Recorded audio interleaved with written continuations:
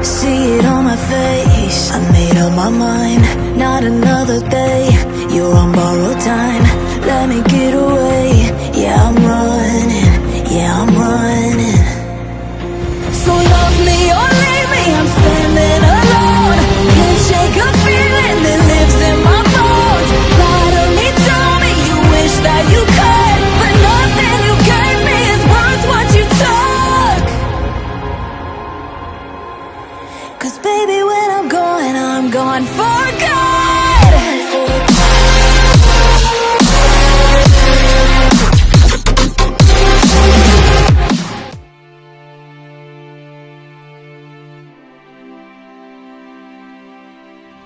Melanjutkan dari kisah sebelumnya.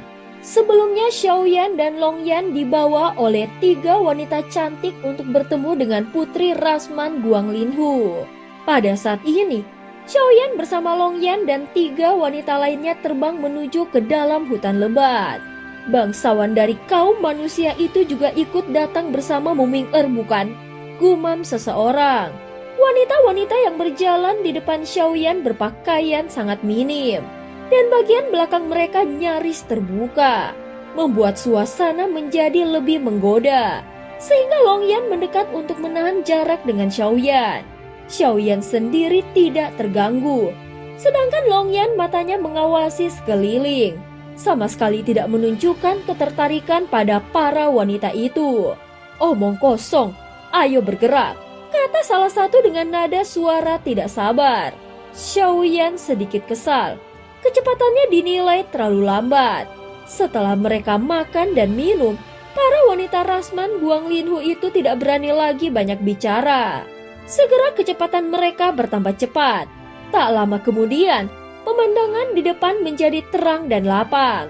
Mereka tiba di sebuah tempat terpencil bak surga duniawi.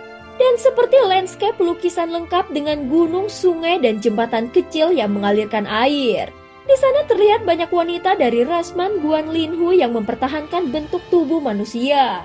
Semua berpakaian menarik dan menari menggoda. Bahkan istana tempat mereka tinggal sangatlah halus dan megah. Begitu Xiaoyan dan Longyan masuk, banyak wanita ini yang menoleh menatap mereka dengan mata penuh rayuan sambil melambaikan tangan. Di wajah-wajah mereka terpancar sifat memikat. Setiap kali Xiaoyan atau Longyan memandangi sekilas, wajah-wajah itu segera memerah. Wanita-wanita itu kemudian menggiring mereka masuk ke dalam istana. Saat berikutnya, suara tawa berderai seperti lonceng memenuhi udara. Di sana ada ratusan wanita yang nyaris telanjang diiringi berbagai warna sisik dan ekor yang mirip ikan dari belakang mereka.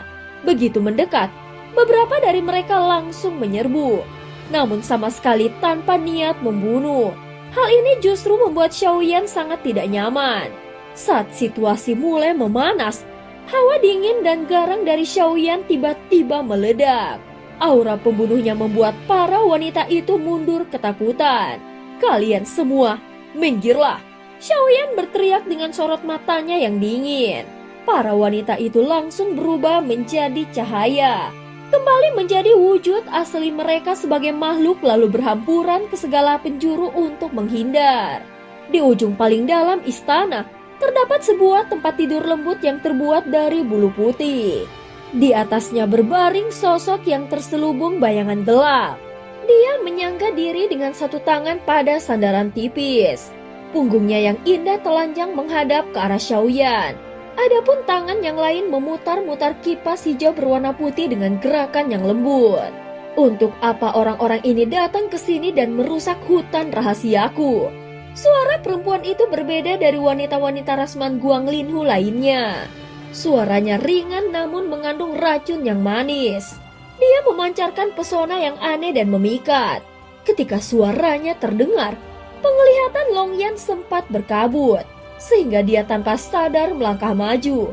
Pada saat yang sama, Xiaoyan mengulurkan telapak tangan dan menepuk bahu Longyan sehingga membuatnya sadar kembali.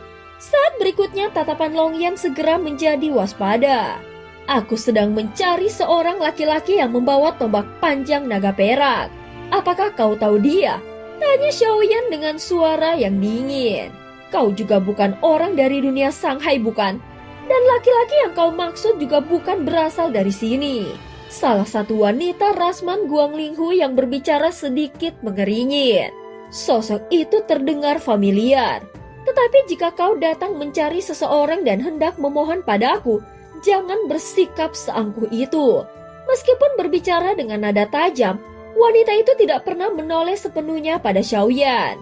Kalau kau berani bermain-main di sini dan menggunakan tipu daya terhadapku, jangan salahkan bila kau menjadi target pembantaian. Setelah Xiaoyan berkata demikian, 3 naga api melingkar muncul dan memuntahkan panas dari sekeliling tubuhnya. Bukan karena Xiaoyan ingin bersikap kasar.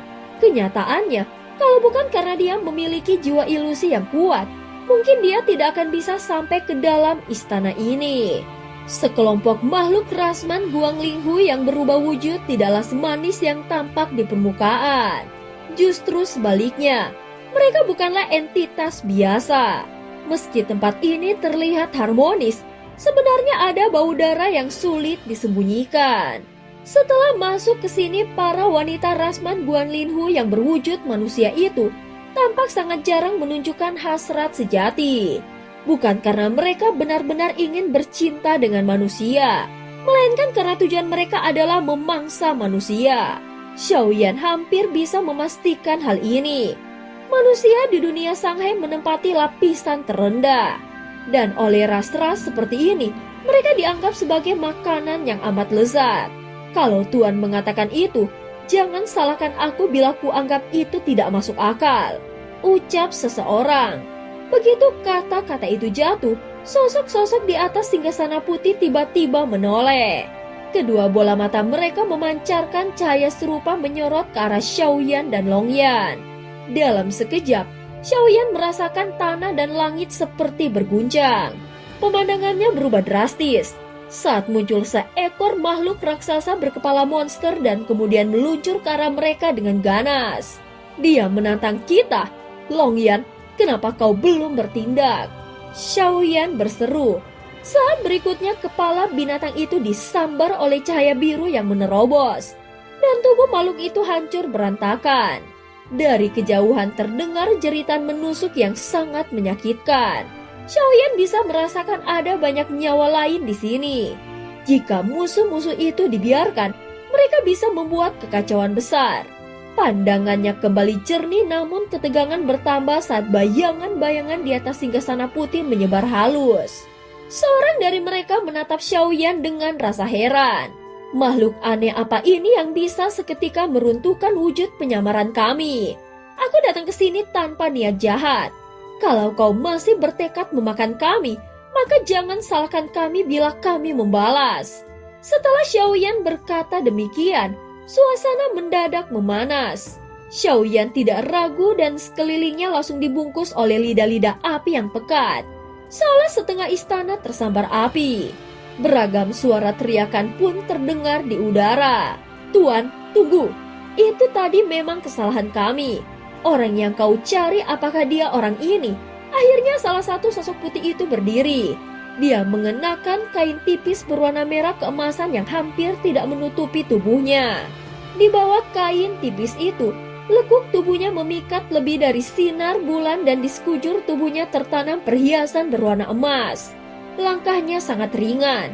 Setiap gerakannya bahkan mengeluarkan bunyi seperti bulan berbisik. Matanya bagai permata yang bercahaya. Bibirnya melengkung sedikit menampilkan senyum yang memikat dan mematikan. Aura yang dipancarkannya terkesan tak berbahaya. Namun kekuatan jiwa yang dimilikinya walau belum mencapai puncak ilusi, sudah berada pada tingkat puncak kelas roh.